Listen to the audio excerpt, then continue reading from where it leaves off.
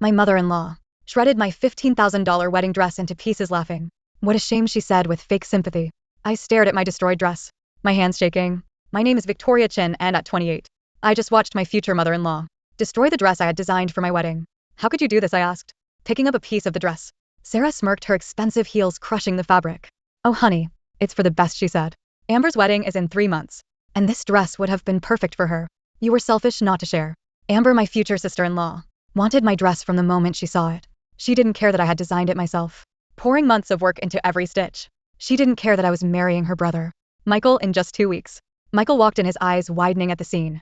Mom, what have you done? He asked. I'm protecting our family, Sarah said proudly. Victoria refused to give Amber the dress, so I had to step in. Amber is my daughter.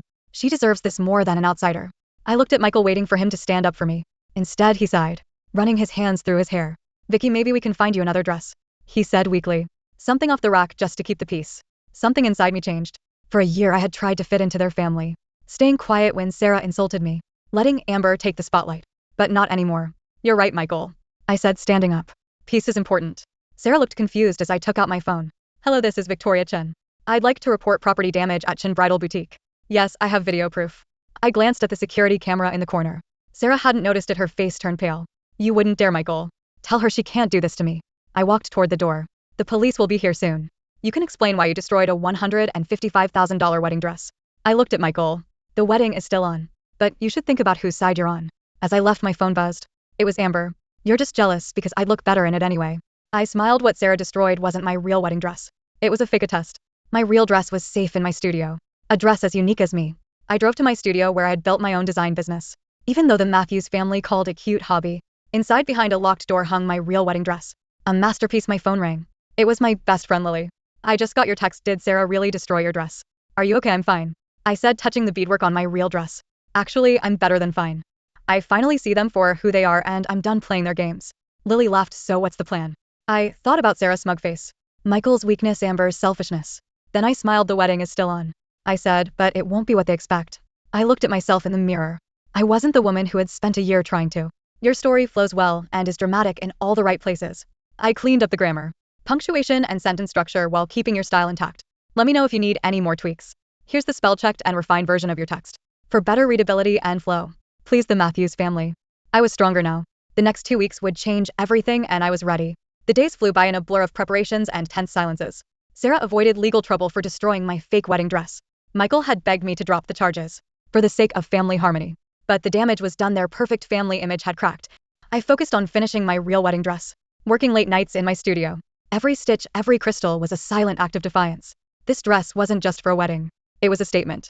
3 days before the wedding, Sarah hosted a family dinner at her mansion. She sat at the head of the table, acting like a queen. It's such a shame about Victoria's dress, she announced, feigning concern. But I've taken care of everything. I ordered her a lovely designer gown, simple but appropriate for someone of her background. Amber laughed. At least now she won't outshine me at my own brother's wedding. I looked at Michael, hoping he'd defend me, but he just stared at his plate, pretending not to hear. Sarah smiled smugly. The dress arrives tomorrow. Size 6, though you might want to watch what you eat this week, dear. I calmly took a sip of water. That's very thoughtful, Sarah. But I've already handled the dress situation. Sarah raised an eyebrow. And what exactly could you afford on such short notice? Something from the mall. Before I could answer, my phone buzzed. I glanced at the screen and smiled. Excuse me, I need to take this call. It's from Vogue. The silence as I left the dining room was perfect. The next morning my studio buzzed with photographers. The magazine shoot arranged weeks ago was in full swing. My real wedding dress, a blend of modern design and traditional Chinese elements, was being featured in an article about emerging designers. This is stunning, the journalist said, admiring the intricate details. You're going to make waves. I nodded, thinking about how Sarah had always dismissed my heritage, never seen my talent. Then a message popped up on my phone. Michael, Mom's furious about the Vogue thing. Says you're making the wedding all about you. Maybe we should postpone. I stared at his words. Now you can watch the second part by pressing share and more.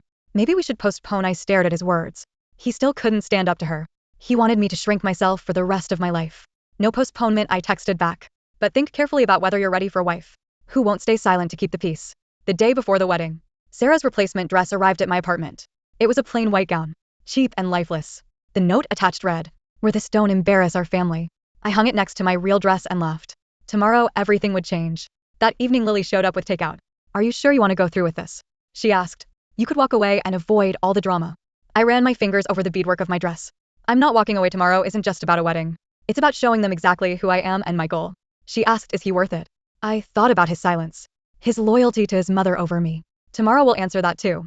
Late that night, Sarah sent one final message. Remember, family comes first. Don't make a scene tomorrow. I smiled and replied, don't worry. Everyone will get exactly what they deserve. As I set my phone down, I caught my reflection in the mirror. The woman looking back at me wasn't the same one who had watched her dress get destroyed 2 weeks ago. She was stronger. Tomorrow wasn't just a wedding, it was a reckoning. The morning of the wedding dawned bright and clear. The grand ballroom of the Four Seasons was decorated exactly to Sarah's specifications. White and gold, elegant, but safe, predictable. I waited in the bridal suite, listening to the growing murmur of guests arriving. Sarah had already stopped by twice, ostensibly to check on me, but really to ensure I was wearing her chosen dress. The ceremony starts in an hour, she announced during her third visit, barging in without knocking. Are you? Her voice trailed off as she saw the garment bag hanging on the door. That's not the dress I sent. No, I said calmly. Applying my lipstick, it's not. Sarah's face reddened. You will not ruin this day with your stubbornness. I won't allow it. You don't have to allow anything. I replied, standing up. This is my wedding and I'm done letting you dictate my choices. She stormed out, no doubt to complain to Michael. I took a deep breath and unzipped the garment bag, revealing my creation in all its glory. The dress was a fusion of cultures and innovation. Traditional Chinese red silk, merged seamlessly with modern architectural elements, hand-beaded crystals catching the light like stars. It wasn't just a wedding dress. It was a statement of identity. Lily helped me into it, tears in her eyes. You look incredible, she whispered. They won't know what hit them. The doors to the ballroom opened and the wedding march began. I could see Sarah's face from where I stood, her smug smile frozen as she waited to see me in her choice of dress. Amber sat beside her, already practicing her sympathetic grimace. Then I stepped into view. The collective gasp was audible. Sarah's champagne glass slipped from her fingers, shattering on the marble floor. Amber's mouth hung open, all pretense of superiority forgotten.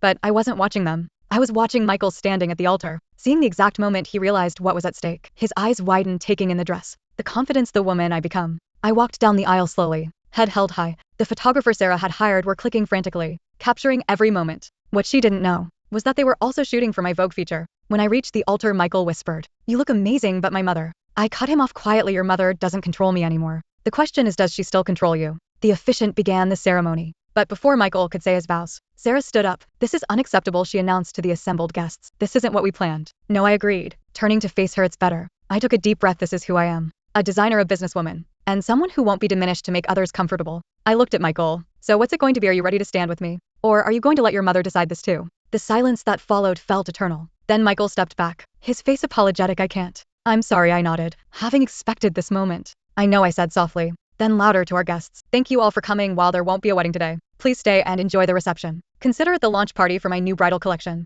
As chaos erupted around us, I walked back down the aisle, this time alone but stronger than ever. Behind me I could hear Sarah's indignant shrieks, Amber's dramatic sobs, and the excited murmur of guests who knew they were witnessing something extraordinary. The next day, my phone was flooded with messages about the Vogue article. My design was being hailed as revolutionary. Orders were pouring in, and several major retailers wanted to discuss partnerships. Sarah's carefully planned society wedding had become my stepping stone to success, and my ruined decoy dress had led to something far more valuable. My freedom. 6 months later, I opened my flagship store. The display window featured 2 dresses, the shredded remains of the decoy artfully arranged, and beside it my red wedding dress, a symbol of resilience and authenticity. Above them hung a sign that read, "Sometimes destruction leads to creation. Victoria Chin Bridal." I never did send Sarah a thank you note for destroying that first dress, but I did send her a copy of Vogue, with my story splashed across its pages. After all, she'd always said family should share everything. This is where our story comes to end. Dear listeners, please share your thoughts in the comments section below. And don't forget to like, share, and follow.